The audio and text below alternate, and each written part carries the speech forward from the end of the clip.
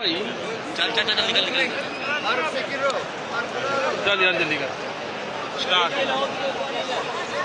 295 में 5 लड़कों को 100 साल की सजा हो गई। हमारी तलात के मुताबिक पाकिस्तान की FIA की जानिब से इनके ऊपर मुकदमा दर्ज किया गया। नाजरीन, जज साहब की जानिब से फैसला सुना दिया गया। जज साहब ने यह बोला कि 295C के तहत इन सारे लड़कों को सजाए मौत होगी। सजाए मौत के अलावा 295B के तहत इन सारे लड़कों को उम्र कैद होगी।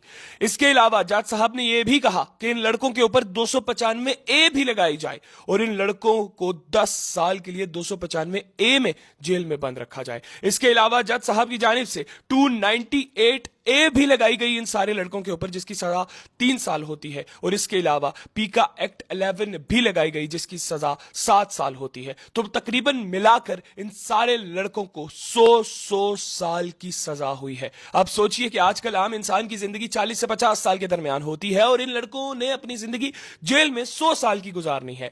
खैर नाजरीन, यही कुछ FIRs दर्ज हुई हैं पाकिस्तान के यूट्यूबर के ऊपर भी। जो लोग इन FIRs को आम समझ रहे हैं कि 295 से क्या होता है, 295C से क्या होता है, आपकी सोच है। ये 295 की FIR आपकी जिंदगी के आगे फुल स्टॉप लगा सकती है। रजब भट्ट के खिलाफ हमारी इत्तलात के मुताबिक लाहौर में 295A की FIR हुई है, पीका एक्ट 11 की FIR हुई है। ये जो मैंने अभी 5 लड़कों के बारे में आप लोगों को बताया, इन 5 लड़कों को भी 295A भी हुई है जो रजब भट्ट को हुई है।